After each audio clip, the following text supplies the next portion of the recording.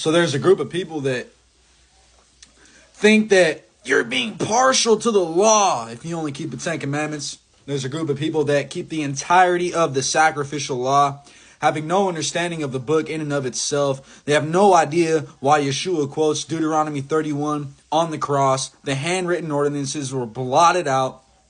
All right, they have no idea that in Exodus 31, the Ten Commandments were written on stone by the finger of God and definitely weren't the handwritten ordinances. And they wrestle with Paul, not understanding him, as they do other scriptures, to their own destruction. You see, this is why straight is the gate.net and narrow is the way, and few be there that find it. Because there's many called and few chosen. Because few choose to actually do the work. The ones that were called, a lot of them went and started preaching about Joshua, this is his name, don't call him Yeshua. Probably reading the Sefer, not understanding the weightier matters of the law, telling people they have to wear tassels and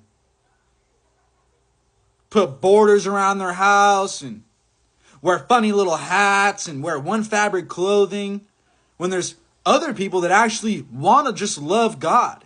And they don't want to keep the law of sin and death and the yoke of bondage that Paul talks about.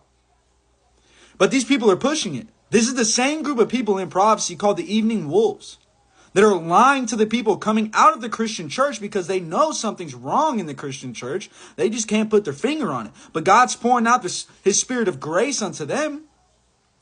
And in here, these evening wolves come and snatch them up and make them a second full child unto hell. That's what Yeshua was talking about. Romans 8, there is therefore now no condemnation to them which are in Yeshua Messiah, who walk not after the flesh, but after the Spirit. This is an idiom constantly used, established in Galatians. For the law of the Spirit of life in Yeshua Messiah has made me free from the law of sin and death. These are two separate laws. The Ten Commandments and the Holy Covenant. If you're walking in the Spirit, His yoke is easy, His burden is light. 10 pounds is a lot lighter than 613 commandments. 613 pounds. For what the law could not do, in that it was weak through the flesh, God sending His own Son in the likeness of sinful flesh, and for sin, condemned sin in the flesh.